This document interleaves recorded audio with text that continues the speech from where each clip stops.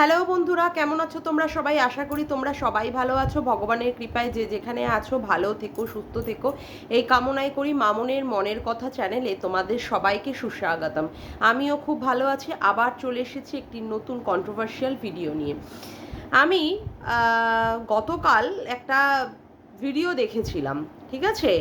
ওই আমাদের যাই হোক, এখন গামলা বললে তার বডি শেমিং নিয়ে কথা হয়। যাই হোক, তাহলে ভালো কথা হচ্ছে ধবলা বলি, কারণ কি প্রচণ্ড তো ফেয়ারই। যাই হোক, ওই ধবলার কমিউনিটিতে দোদুল্যমান এক সমাজসেবক দাদার একটি ভিডিও কালকে আমার নজরে এসেছিল। যাই হোক, কালকে আমি একটু বিশেষ কাজে ব্যস্ত ছিলাম বলে সেটা নিয়ে আমি কোনো কিছু মুখ খুলতে পারিনি। তা আজকে আমি সেই নিয়ে কিছু কথা বলবো। আবার দেখলাম একটু আগেই দাদা কমিউনিটি পোস্টে যা বলার বলে দিয়েছেন। সমাজসেবক, সমাজসেবক কথাটার মানে কি? সমাজসেবা, যেখানে তিনি দেখবেন কোনো অসহায় আর্ত পীড়িত মানুষের দুঃখ কষ্ট, সেখানে তিনি এগিয়ে যাবেন। এবং এর জন্য বিভিন্ন সংস্থা আছে, হিউম্যান রাইটস আছে, এনজিও আছে, এবং বিভিন্ন সংস্থাগুলো সেইখানে এই ধরনের কাজ করে থাকেন।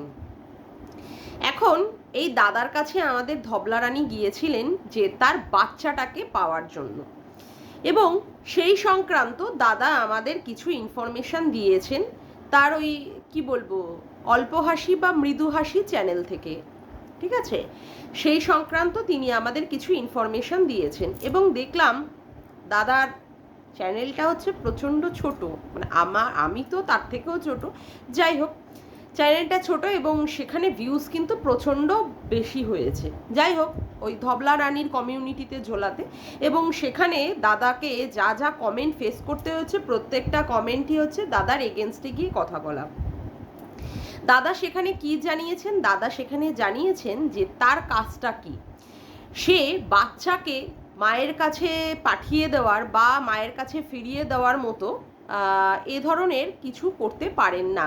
এই কাজটা সম্পূর্ণ করে হচ্ছে,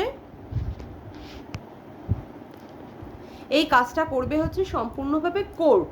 হ্যাঁ, তবে উনি কাজ করতে পারেন হয়তো বা সেই সংক্রান্ত মেয়েদের যেখানে অন্যায় হচ্ছে, মেয়েদের উপরে যেখানে অন্যায় হচ্ছে বা অত্যাচার হচ্ছে, সেখানে উনি রুখে দাঁড়াতে পারেন। কিন্তু দাদার প্রথমে একটা মস্ত বড় ভুল হয়ে গেছিল। ধবলা রানীর ব্যাকগ্রাউন্ডটা না জেনেই দাদা এই কেসটাকে নিয়েছিলেন, এবং যে কোনো কেস যদি নেওয়া হয় তাহলে কি করা উচিত? উভয়ের কথাই শোনা উচিত। যেখানে যার এগেনস্টে কেসটা করা হচ্ছে তার কথাও, এবং যে কেসটা করছে তার কথাও।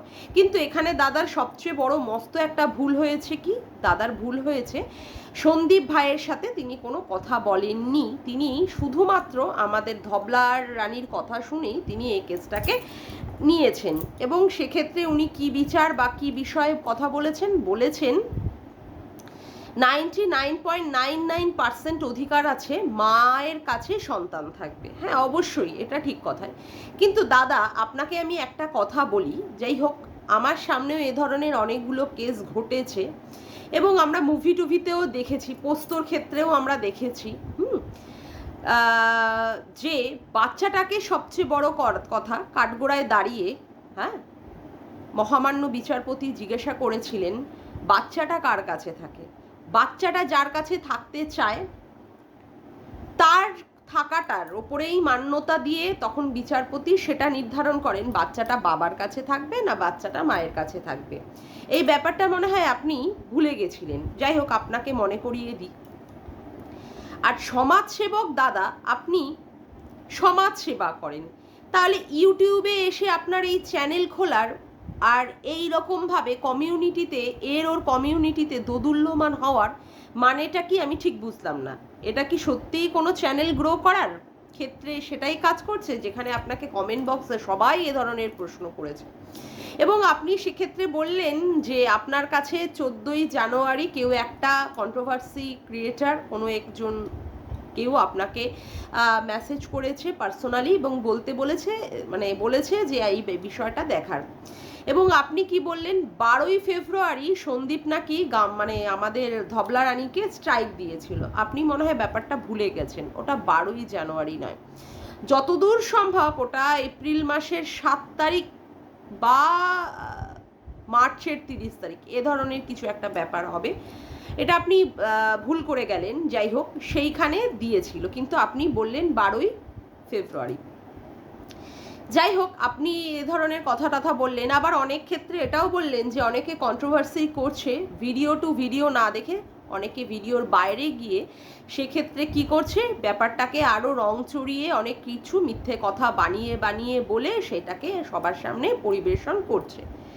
এখন আপনি এটা কাকে ইঙ্গিত করছেন, কি ইঙ্গিত করছেন, আমরা ভালো মুক্তই বুঝতে পেরে গেছি। আমাদের এই ইউটিউবের সোকল্ড এক দিদি আছেন, সেই দালাল কাম এজেন্ট কাম ঘোড়ামুখী দিদি, যে কিনা গামলার হয়েই সবসময় সাপোর্টে কথা বলে, কোনটা অন্যায় কোনটা ন্যায় সে বিচার করতে পারে না। এবার ব্যাপার হচ্ছে আপনি ঠিকঠাকভাবে মানে ধবলা রানীর ওখানটায় আপনি ধবলা রানীকে আগে বা পিছনে কিছু না বিচার করেই আপনি এই ভিডিওটা বানিয়েছেন, যতদূর সম্ভব আমার মনে হলো। আজকে ধবলা রানী বাচ্চার কাস্টাডি চাইছে কেন? ধবলা রানী কি কারণে শ্বশুর বাড়ি থেকে বেরিয়ে গেছে? সত্যিই কি সে আসল নির্যাতিতা? সে কি সত্যিই আজকে যে বাচ্চার কাস্টাডি চাইছে সে কি সত্যিই সেটা নেওয়ার যোগ্য? তাহলে সে যখন বাড়ি থেকে বেরিয়ে গেছিল সে তখন বাচ্চাটাকে নিয়ে বেরোয়নি কেন? সে যখন মাল রিকভারি করতে গিয়েছিল তখন কেন তার বাচ্চাটাকে সে নিয়ে বেরোয়নি? আপনি জানি না এই সমস্ত প্রশ্ন করেছেন কি না, বা এই সমস্ত কোনো বিষয় নিয়ে জেনেছেন কি না। তবে এই সংক্রান্ত আপনি কালকে একটা ভিডিও করে দিলেন এবং ছেড়ে দিলেন। আজকে আমি দেখছি এই জাস্ট আমি 25-30 মিনিট আগেই আমারই এক প্রচণ্ড ভালোবাসার মানুষ, সে আমাকে মণিমা বলে ডাকে, শ্রেয়া ব্যানার্জি, ঠিক আছে, সে আমাকে বলল, মণিমা তুমি দেখো যে ওই দাদা, ওই সমাজসেবক দাদা তার চ্যানেল থেকে, ওই মৃদু হাসি বা অল্প হাসির চ্যানেল থেকে একটা কমিউনিটি পোস্ট দিয়েছে। এখন কমিউনিটি পোস্টে কি ছিল? কমিউনিটি পোস্টে ছিল যে তার কাছে কেউ যদি অসহায়ভাবে যায় তাহলে তিনি সেই ব্যাপারটাকে গাইড করতে পারেন, কিন্তু একই সমস্যা নিয়ে যদি সে বিভিন্ন লোকের কাছে যায় এবং বিভিন্ন লোকের মতামত নিয়ে চলে তাতে তার আপত্তি আছে। তা বলছি, এই শুভ বুদ্ধি উদয় হতে 24 ঘন্টা লেগে গেল আপনার। 24 ঘন্টা আগে আপনি একটা ভিডিও করে সবাইকে শুভ নববর্ষ জানিয়ে মায়ের কাছে কাস্টাডি থাকবে বলে এই ধরনের একটা ভিডিও করলেন। যাই হোক, মুখটুক না দেখিয়ে ভিডিও করলেন। আজকে 24 ঘন্টার মধ্যেই আপনি আপনার মতামতটা চেঞ্জ করে ফেললেন। তবে এটা সত্যি কথা, সত্যের জয় কিন্তু অবশ্যই আছে, এবং সত্যটাকে কিন্তু সারা জীবন কখনোই মিথ্যে দিয়ে ঢেকে রাখা যায় না, এটা কিন্তু আমরা বারংবার জানি, এবং আজকে আপনি সেটাই প্রমাণ করলেন। আপনি যে ধবলা রানীর হাতটা ধরেছিলেন এবং ধবলা রানী যে কত কিছু অন্যায় করে আজকে তার বাপের বাড়িতে আছে, আর সত্যিই সে নির্যাতিতা হয়ে বাপের বাড়িতে আছে কিনা, বা তার আবার অন্য কোনো পরকীয়া সম্পর্কে সে লিপ্ত আছে কিনা, আপনি কিন্তু এগুলো না যাচাই করেই কিন্তু আপনি ভিডিওটা বানিয়েছিলেন। আমার কথা হচ্ছে, সমাজসেবক যারা হবে তারা প্রত্যেকটা বিষয় পুঙ্খানুপুঙ্খভাবে আলোচনা করে, পর্যবেক্ষণ করে, নিরীক্ষণ করে তারপরে মনে হয় সেই ব্যাপারটাতে এগিয়ে যাওয়ার, তাই নয়? আপনি কিন্তু সেই বিষয়গুলো প্রথমেই পর্যবেক্ষণ না করেই কিন্তু আপনি ভিডিও করেছেন এক পেশে হয়ে, একটা সাইড নিয়ে। আমার কথা হচ্ছে, কন্ট্রোভার্সি যারা করবে তারা কারোর না কারোর সাইড নেবেই, এটাই নিয়ম। যে কেউ নেবে বাচ্চাটার মায়ের ক্ষেত্র নিয়ে, কেউ নেবে বাচ্চাটার বাবার ক্ষেত্র নিয়ে, কিন্তু সমাজসেবক বা সমাজসেবী এরা তো কারোর পক্ষ নিয়ে ভিডিও করতে পারে না, বা কারোর পক্ষ নিয়ে ব্যাপারটাকে নিয়ে এগিয়ে যেতে পারে না। সেটা কিন্তু আপনি খুব সুন্দরভাবে স্কিপ করে গেলেন, বললেন পরের ভিডিওতে আসবে।